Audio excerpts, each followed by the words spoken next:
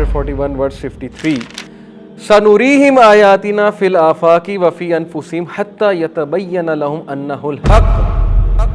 We will show them, ہم انہیں دکھائیں گے our signs, اپنی آیات, اپنے signs in the horizons, آفاق میں, universe میں, horizon میں, creation of the heaven and the earth میں, and وفی انفسہم, and within themselves, اور ان کے اپنے اندر ہم انہیں سائن دکھائیں گے حتی یتبین لہم انہ الحق, یہاں تک کہ ان کو 100% شور ہو جائے گا کہ یہ حق ہے,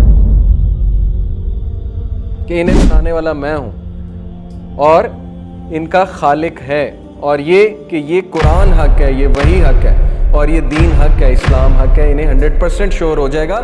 لیکن اولم یکفی بربک انہ علی کل شیء شہید, لیکن کیا تیرے لیے کافی نہیں ہے کہ تیرا اپنا رب شہادت دے رہا؟ تو ہمارے لیے یہ کافی ہے, الحمدللہ مسلمانوں کے لیے کافی کہ ہمارا رب خود گواہی دے رہا ہے کہ یہ قرآن میری طرف, وہ خود یہ کہہ رہا ہے کہ اس کو چیلنج کرو.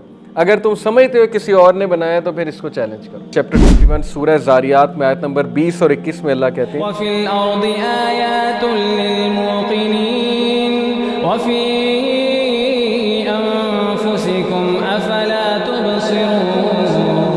And on the earth are signs for those موقنین. کون ہیں وہ؟ جن کو یقین ہے, who have faith in Allah.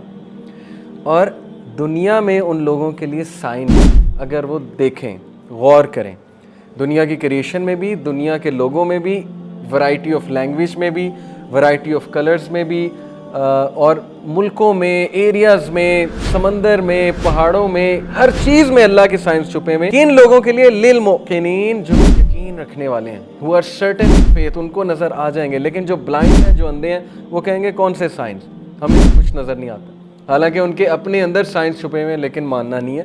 وفی انفسکم, اور تمہارے اپنے اندر, افلا تبصرون, کیا تم نہیں دیکھو گے؟ کیا تم بصیرت والے نہیں ہو؟ کیا تمہیں نظر نہیں آتا؟